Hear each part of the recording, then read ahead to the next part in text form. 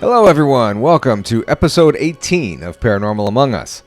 Today's guest is Kris Sumner. She is the founder of Soul Sisters Paranormal. They have traveled to many different locations in the United States, coming up with some pretty good evidence along the way. I'll have their website up on the screen during the show, but you can find them at soulsistersparanormal.com. They have a bunch of videos of their findings for you to take a look at. Before we get to Kris, I'd like to remind you that if you have a paranormal story that you would like to share, please email me at paranormalamongus72@gmail.com. That's paranormalamongus72@gmail.com, and I'll get those stories on a future episode. Also, please make sure you like and subscribe to this channel. Like the interview you're about to see, I have a bunch of very cool and interesting topics coming up in the next several episodes. So make sure you like and subscribe so you don't miss any of those. All right, joining me now is from Huntsville, Tennessee, Kris Sumner. Kris, thank you for joining us today. Absolutely, Paul. Thanks for having me. And as you can see on your screen, you're with Soul Sisters Paranormal. First of all, tell us a little bit about that. So Soul Sisters Paranormal is an all-female paranormal investigation team that I formed with my twin sister, our younger sister, and two female family friends in 2013. And our very first investigation was at the West Virginia State Penitentiary. It was a very rudimentary investigation, but we found some evidence that we couldn't explain in that moment. And because of that, that really catapulted us into wanting to pursue this further. So we've been investigating since 2013. About 6 years ago, I met my best friend and business partner, Miranda Young, who's from Ghost Biker Exploration. She's also a paranormal investigator. And in 2021, we actually opened the historic Scott County Jail here in Huntsville, Tennessee. And it was a jail from 1904 to 2008. And it sat vacant from really 2008 until we opened the jail in 2021. So now we have day tours, and at night we have what we call a paranormal research center. So investigators can come in, talk to our spirits, and really see if they can communicate and get some good evidence. So that's kind of where I'm at right now, both with Soul Sisters and with the jail. And we'll get to the jail in a few minutes. You sent me some clips of some stuff that you guys recorded. We'll get to the jail. You sent me one for the jail. We'll get to that in just a few minutes and get to more information on the jail. How did you get involved in the paranormal and wanting to do this? How long have you been wanting to do this? Well, it's always something that we've had a fascination with. We grew up watching different television shows, some horror movies about, paranormal activity and all of that. And my sisters and I, we come from a research-minded background, and we watched those shows and we said to ourselves, why didn't they ask this question or use this technique or stay longer here? And we always said if we could go on an investigation, we'd jump at that chance. So because we live in different parts of the country, we would routinely get together for girls' trips, girls' weekends. And in 2013, we went to Moundsville, West Virginia. And we just happened to have a family friend that sat on the board of the West Virginia State Penitentiary. And he said, while you're here, why don't you take one of your nights and visit our jail and see if you can talk to our spirits. So we did that.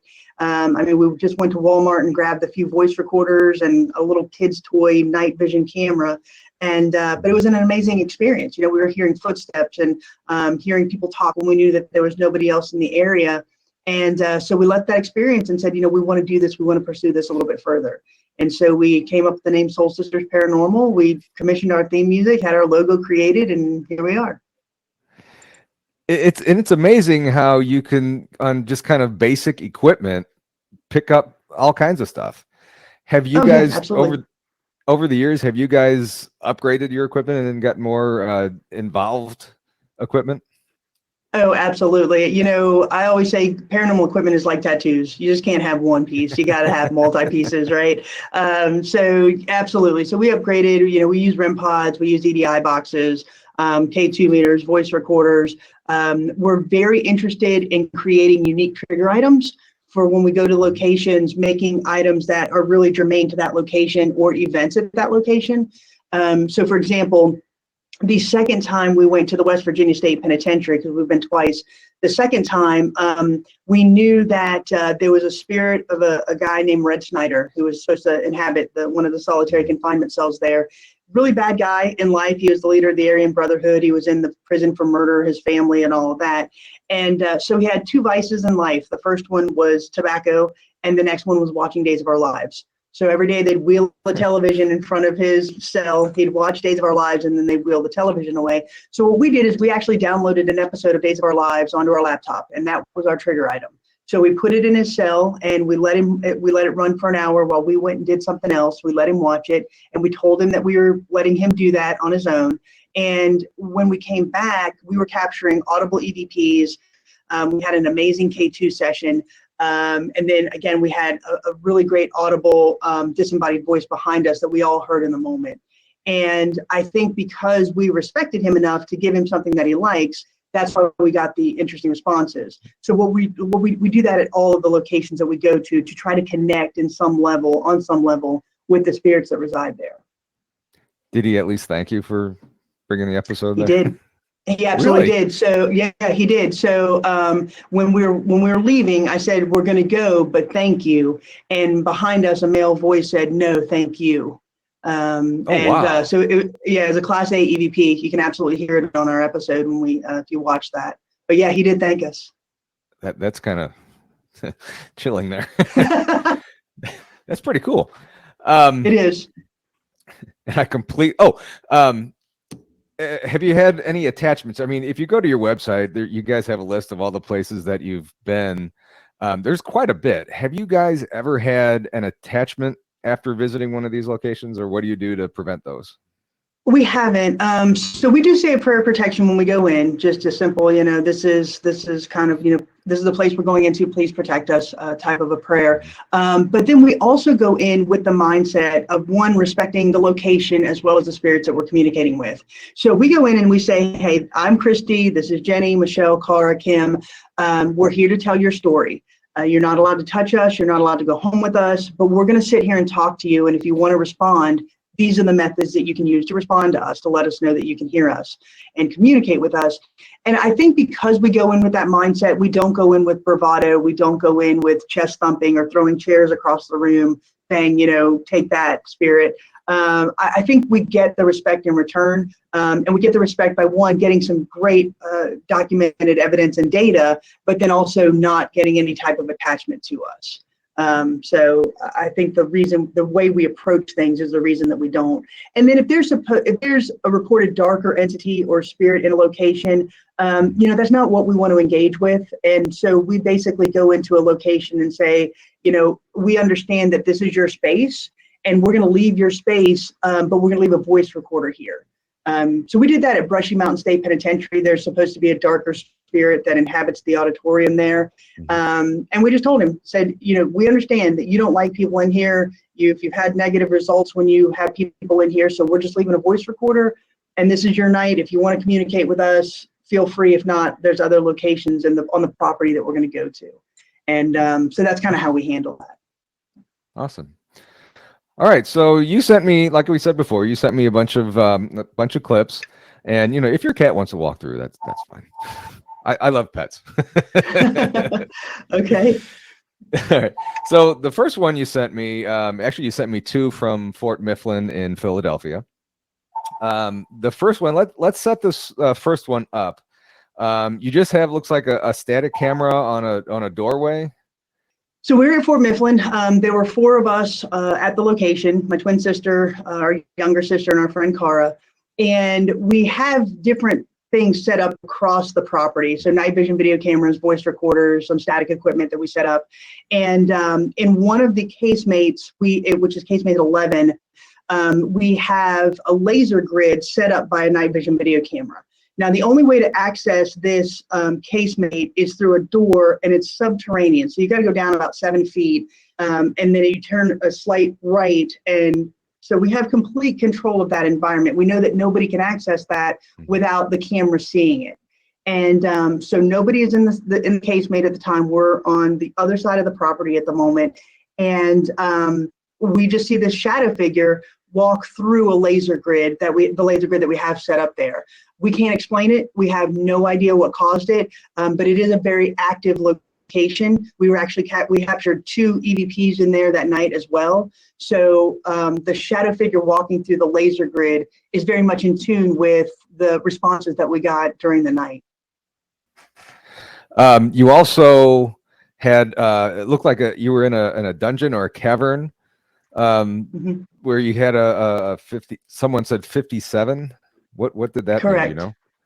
So this is another casemate. So throughout Fort Mifflin, let me just go back for just a second. So Fort Mifflin was a fort that was built in the Revolutionary War, and it was very instrumental to holding off the British while George Washington got his army to Philadelphia.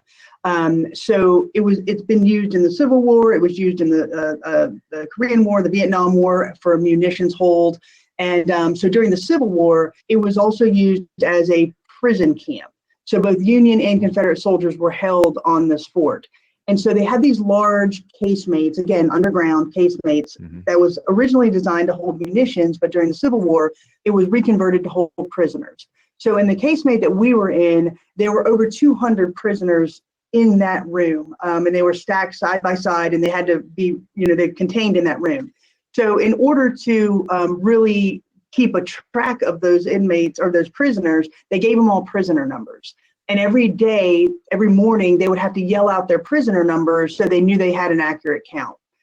So we had left a stationary voice recorder in this casemate, and during the night, we actually captured 2 different voices yelling out 2 different numbers. So the one that I sent you, it yells out 57. Now, again, there's no men on the property at all this night, and we on the other side of the fort, so it was not one of us. But yet we have something yelling out 57. It's very audible. During the night, later during the night, we had another male voice yell out 33. So we think that they're prisoners yelling out their prisoner numbers. Here's the video. Check it out.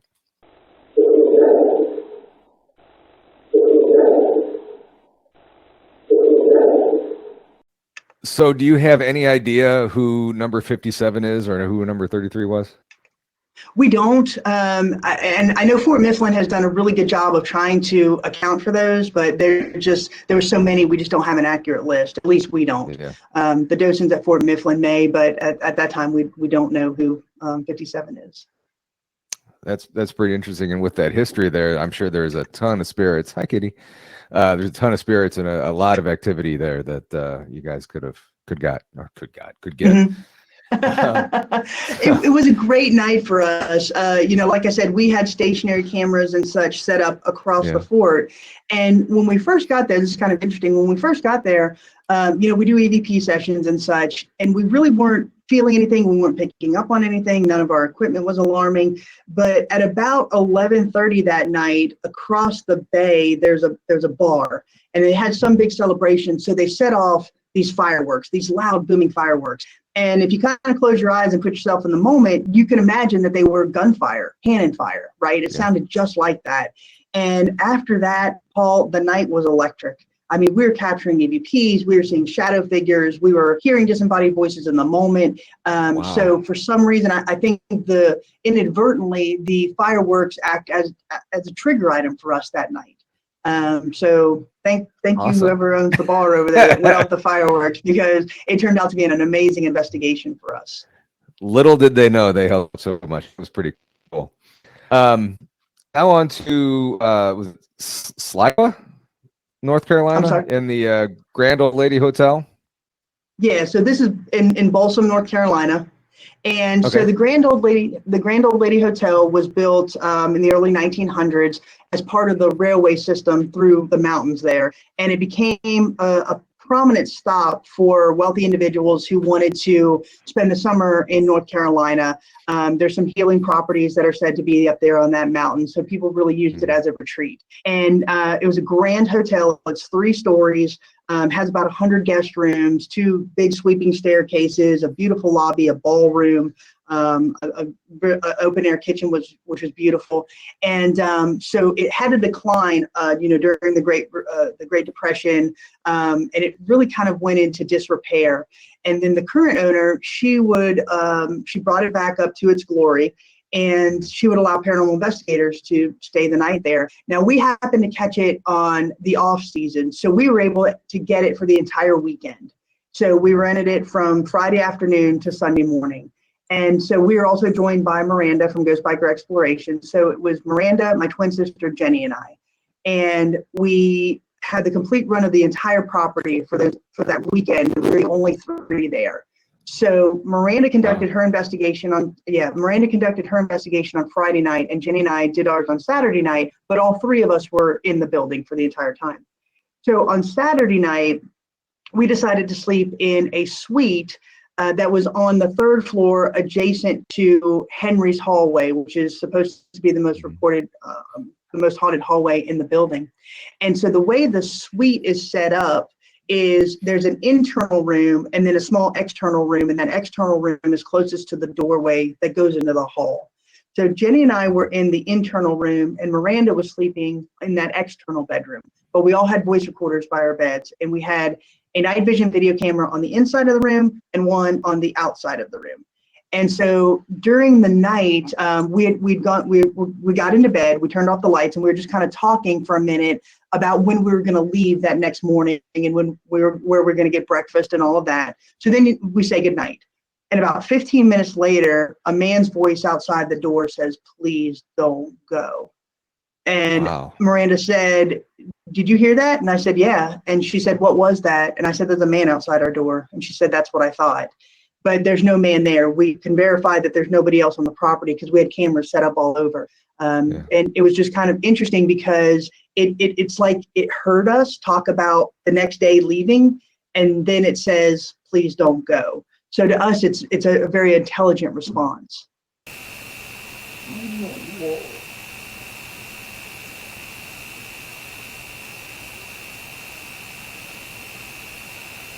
Did y'all hear that? Yep.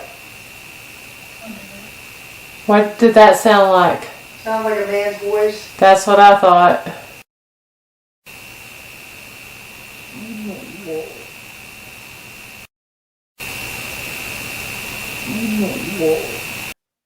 It almost was like finishing your thought and really kind of enjoyed having, I guess, company around.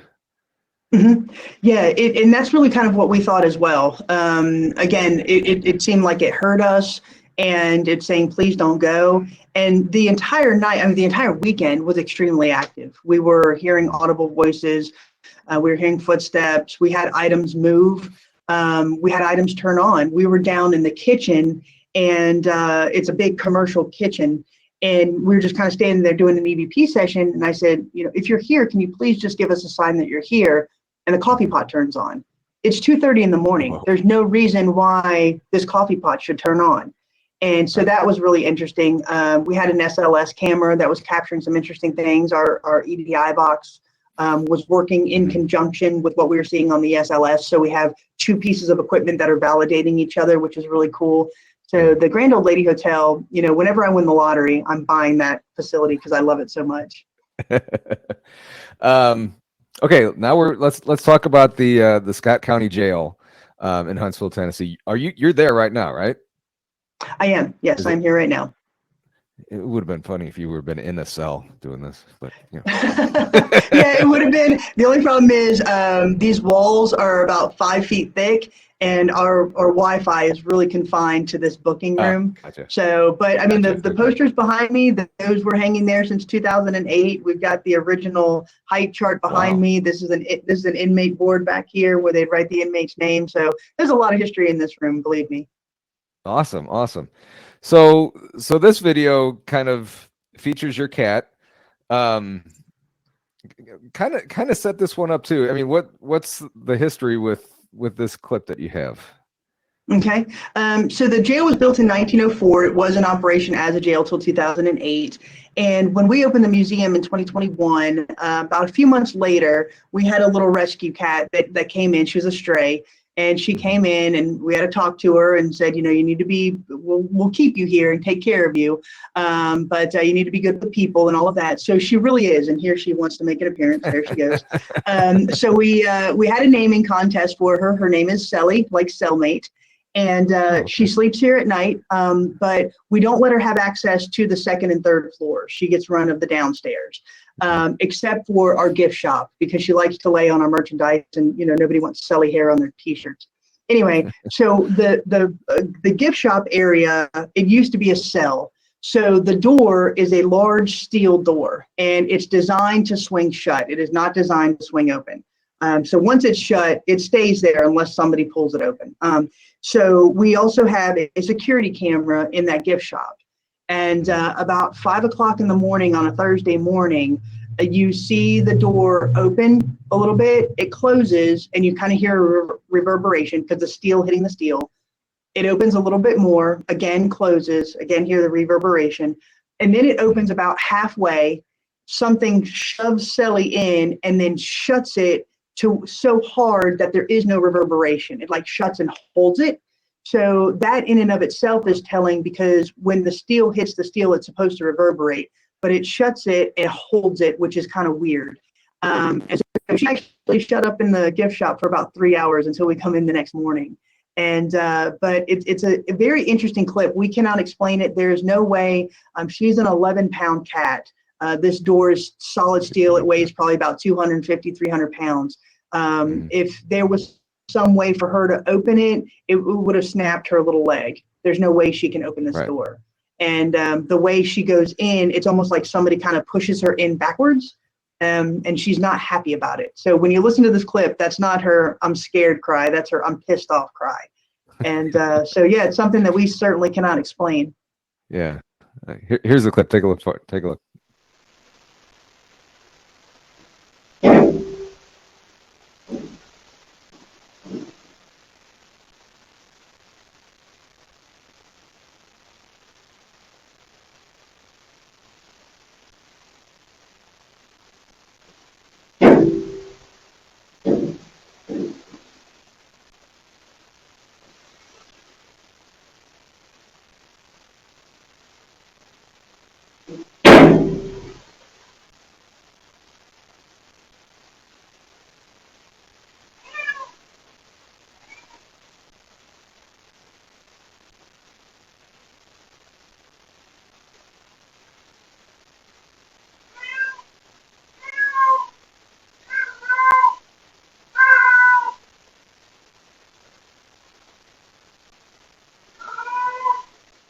You know, if only she could talk and tell you, "Hey, somebody just threw me in here. What's going on? What the hell's going on with this?"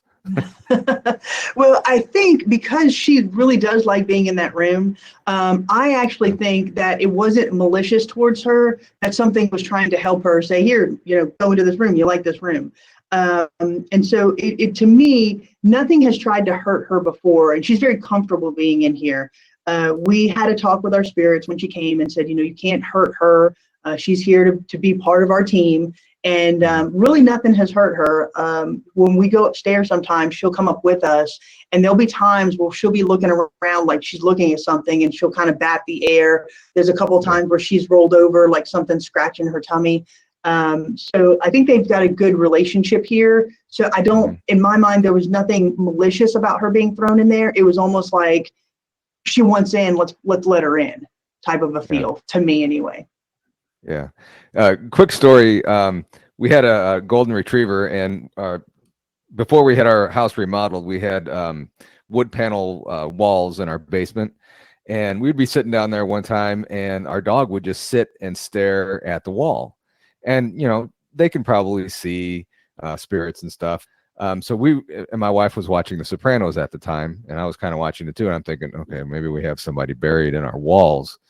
So when it came time to demolish those and take all that stuff down, I was really nervous because she would always look at this one section of the wall. And I'm like, okay, here we go. And we're all down there pulling it down. There's nothing down there. But I just, they can sense that stuff too, I believe. Oh yeah, absolutely. I think Sally is very in tune here. I just another quick sidebar story. My friend Miranda had a little Dachshund, and in her house, the Dachshund was really kind of being nervous, and so she put a voice recorder in one day while she went to work. And so she comes back and she listens to the voice recorder, and you can hear, her name was Sugar. You can hear Sugar go into the kitchen, and she starts whining, and a male's voice says, "Sugar, stop." And Sugar just calmed down, and there's no man in the house. It's a wild piece of audio. Wow. To your point, I really think that animals can sense it, and but our spirits here, I think they have a good relationship with Sally. Well, that's good. That's good. The Lizzie Borden house in, was that Massachusetts, Fall Rivers, Massachusetts? First, you guys get all over the place. We do. Yeah. And the wallpaper and the carpeting. Let's talk about that for a second in this. I'm no really want you to feel interior that decorator, immersive. but oh my God. It is a little overwhelming in and of itself, but you kind of have that historical feeling, I guess. Yeah, yeah. And you guys will see in the clip here in a second. Let's set it up real quick. What's the story with the Lizzie Borden house? Okay, so obviously this is the site of the Borden murders, and Lizzie Borden was she was arrested for the murder of Abby Borden and Andrew Borden. She was subsequently found innocent of those charges. But it's a very unique house. It's set up in a really weird way. If you've ever been, I'm sure you understand. But if you haven't, the rooms are very close together. It's kind of disconjointed. Like for example, when you go upstairs, you've got to go through 2 bedrooms to get to the 3rd bedroom to get to the bathroom. So it's really kind of interesting. But when we investigated, there were 5 females that night. And the very first thing that we do when we enter a location is we have our voice recorders going. I mean, the moment we cross the threshold, voice recorders are on and they're placed in certain areas. So we're still bringing in luggage at this point, but yet we have our voice recorders going. So there are 3 of us upstairs on the 2nd and 3rd floor. And Jenny and Cara, no, actually there's 3 on this first floor. Miranda and I are upstairs. So Jenny and Cara are sitting in the parlor area where Andrew Borden was killed. And they're just talking about the day. And then they start talking about the fact that we had been to the Villisca axe murder house. And they start talking about the differences between the Villisca axe murder house and Lizzie Borden. And Cara makes the comment, either way, being axed to death would be a horrible way to die. And when she said that, the voice recorder in the room captured a man's voice saying it was. And to us, that's very telling because it's audible and it's intelligent. It's like it's listening to their conversation. So that's the clip that we shared here. This is our 2nd axe murder house. Right. Villisca, we had some good stuff. That just seems like a horrible way to go. Yeah. This is our 2nd axe murder house. Right. Villisca, we had some good stuff. That just seems like a horrible way to go. Yeah. I mean, it's true. Getting axed to death would be a terrible way to go. But I mean, do you get that a lot where you comment something like that and a spirit will respond somehow? We do.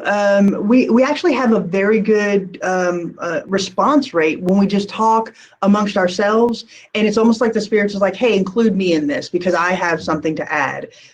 So that's why we always have our voice recorders going. It's because you never know what you're going to get, even when you're just talking amongst each other. And we're not a team that will let it play for 10 minutes and then go back and listen to it in the moment. We just let it record for the entire night that we're there, and then we go back and we listen to everything straight as we recorded it. So we didn't capture this until we were back home and we're going through all of the audio and video that we captured that night. So we did not know that this voice had actually been said. There's another instance in the video that you can watch where Jenny and Michelle are talking in that same room, and a man says, "I'm standing right here next to you." They never heard it, but it's very clear in the audio that it's there. And so to your point, yeah, we get that a lot where people things just interject into our conversation. How long does it take to go through the evidence that you find on investigation? A long time. Yeah, a long time. So the way we conduct our evidence review is I don't run it through any type of audio software or anything like that, because I feel that sometimes if the entity is speaking in a lower register, it doesn't pick up on that software, because there's been times where I know the software has missed things, but I audibly hear them when I'm listening. So it really depends on how much we have deployed that night. So for example, if I've got 10 voice recorders recording for 10 hours, I'm listening to 100 hours of audio. And same thing with the video. If we've got 10 night vision cameras running for 10 hours, I'm watching 100 hours of video. And that's in addition to our day jobs. So it does take a long time. It usually takes a couple months between when we do the investigation to when we can get the video edited and produced and put out there. But for us, that's just kind of how we do our investigations, and that's the style that works for us. And it's not like you can really fast forward through things and just kind of scrub through it and watch and try and listen to it. You have to really pay attention and hear and see everything, because I mean, Exactly. you'll miss And orbs going by or somebody whispering. yeah, absolutely. And so that's why, we sit down and we just watch it. We just commit ourselves to doing it. So I take a couple hours every night, and like with the audio, I'll just read a book and let it run in the background on my headphones. And it's very interesting what you can pick up, just because when you're listening to just a straight static for hours and hours, when something breaks that static, it's very easy for me to pick it up. So that's kind of how I do it. And then just sitting watching, like I'll just go sit up at a coffee shop for a couple hours. And just sit there and just, watch video. But to your point, you have to do that because you may miss something. We were at Trans-Allegheny Lunatic Asylum, and we captured this really interesting light anomaly that crosses the hallway. And if you don't watch it, if you're trying to fast forward, you would miss it, right? It would just go, it'd be too fast. And so that's just kind of how we decided to do it. So we are a little bit behind with regard. I've got 4 in the hopper right now, 4 investigations that I need to get the videos for. But what we have out there on our website right now, I think is pretty interesting. You got a ton out there. You kind of made a point about this Prospect Mansion. You mentioned just a few seconds ago about listening to static. And I mean, all of a sudden you hear what they said. Here's what they said, and then we'll talk about it here in a second.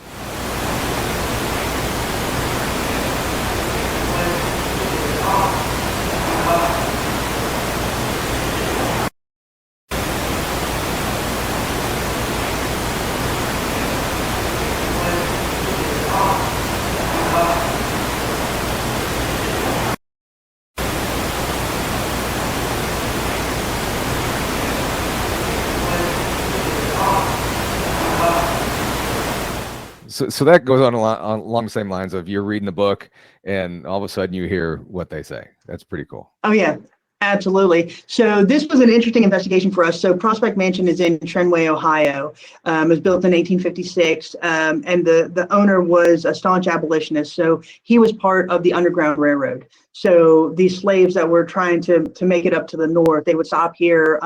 He actually had several that worked in the house with him or for him. And so there was a very big African-American presence in this house.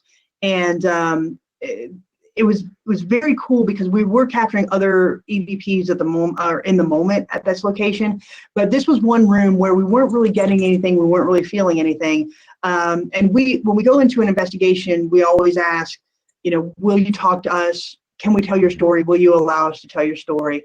But the phrase, will you talk to us? I mean, we echo that a lot in all of our investigations. So we had left the room. There were 5 of us that night, and we were all downstairs. 3 of us were on the first floor and 2 of us were in the basement at this time. And during this time, you hear a voice that says they had to talk to us. And it's so clear. It has an accent. None of us had this accent. It's very methodical to say they had to talk to us. It doesn't sound, like I said, doesn't sound like any of us here that were on the investigation that night. And again, it's intelligent. It's like it's saying, hey, they're here to talk to us. Another interesting fact about it is it says the word us, which means there are multiple spirits in this house. And it's letting this one entity is letting them know, hey, they're here to talk to us. Maybe we should respond to them, I think. And so that night we did capture some interesting things. It was almost like the spirit that said that was like the leader. Hey, it's okay. They're here to talk to us. They're not trying to harm us or anyway. They're trying to help us. That's pretty cool. Yeah, absolutely. And when we can catch inflection and accents like that, again, the voice itself is very hard for me to debunk because there's nobody up there at that time, right? I can legitimately say I know where everybody was on the property that night at that moment, and it's none of us. And again, we don't have that accent. We don't speak like that. So when we go to these locations and we can clearly hear either a tone, an accent, a dialect that none of us have, again, very hard for me to debunk. We were in the Exchange Hotel in Gordonsville, Virginia, and we captured a great Class A EVP of a child. Very quickly, I can say that is not one of us. There's no children here. We captured a man's voice that night too. Again, very easy for us to say, I have no explanation for this because there was no men that night. So those are the kind of EVPs that we really enjoy, that we can say it's not us. Mm-hmm. Now, when you're listening to something and you hear like knocks or stuff like that, how easy is that, or not easy, whatever, to debunk any of that? Well, and that happens a lot. So if I'm listening to audio and I just hear like a creak or a knock or something, most of the time we don't include that because we feel it could be the house settling or the location settling or just, a bug running into the glass or something. If it's something that we really can't explain, like if it's knocking in succession, boom, boom, boom, or it sounds like footsteps, then we'll start to say, okay, there may be something happening here. And then what we do is we go back, and everybody on our team wears body cameras. So I know I have a timestamp of where everybody is in the location at the time. Oh. So I can go back and say, okay, where was Jenny? Where was Cara? Where was Michelle? And make sure that none of us are in the area. So for example, if we're investigating a 3-story building, I'm going to make sure that if I capture something on the first floor, that nobody's walking up on the second floor. That would cause that knocking. And if there's a question, then we don't include it. The knockings, the bangings and such, we only really include those if we have no explanation for them. That's awesome. I like the idea of the body cam. I mean, like you said, exactly where everybody is, and it's easy to prove what the sound was. That's a great idea. Yeah. Well, thank you. So. All right, Kris, I really appreciate you taking the time to sit and chat with us. It's been very awesome. And I will have your website, Soul Sisters Paranormal, and also have the Scott County Jail in Huntsville. I'll have that up on the screen. And then in the notes, do you have a YouTube channel? We do. It's under Soul Sisters Paranormal, and we're active on Facebook as well under Soul Sisters Paranormal. Okay, and I'll include all that stuff so people can find you guys and see more of this. I mean, we showed 6 clips, but on your website there is a ton more. So click on that and go enjoy that stuff if you like the paranormal. And if you're watching this, so you must like the paranormal. So, all right, Christy, thank you very much for joining us. Thank you, Paul. We really appreciate it. All right, once again, soulsistersparanormal.com. You can see the videos that we talked about in this video and much, much more. We also mentioned that she is a co-owner of the historic Scott County Jail in Huntsville, Tennessee. Here's a link to check out more on that. Some pretty cool stuff in there. So if you're in the area, make sure you check that out. My thanks to Kris for taking the time to talk with us. Make sure you check out her pages for more information on their investigations, and I'll have them all in the show notes as well. And thank you guys for watching. Remember, if you have any paranormal stories to share, please email me at paranormalamongus72@gmail.com. paranormalamongus72@gmail.com. I'd love to hear them. Also, make sure you like and subscribe to this channel. Lots of interesting things coming up in the next several episodes. So until the next time we see each other, be safe, and I will see you on the next episode of Paranormal Among Us.